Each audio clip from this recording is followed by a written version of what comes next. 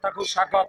कार्तिक मासर कार्तिक पूर्णमी भक्त माने श्रद्धार सहित ईश्वर को आशीर्वाद नौचंदी। नन्ना भी अच्छा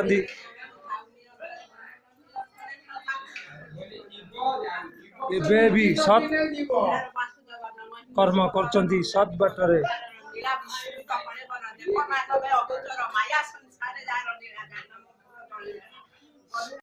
आज कार्तिक पूर्णमी रे भक्त जने प्रभु पाखरे ठिया होइछन्ती। तांकु कार्तिक पूर्णमी विषय किछि बुझीबा। आज्ञा नमस्कार। नमस्कार। कुहतु कार्तिक पूर्णमी विषय रे किछि कौन आमर तो कार्तिक पूर्णिमा बोली कि गोटे बड़ आज्ञा पर्व। आज्ञा आउ कार्तिक मासरे प्रभु चाप खेली करथिले डंगारे बसिथिले। आज्ञा समस्ते डंगी बसैउछन्ती।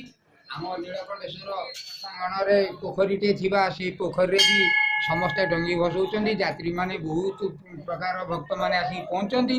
हरिबोल सहित नाम संकीर्तन हला। आम बाबा नीलकंठेश्वर पाखरे मीटिंग अणी करूछु।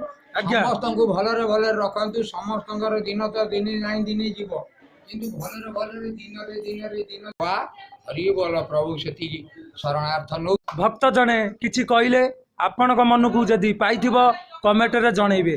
जय जगन्नाथ जय जगन्नाथ।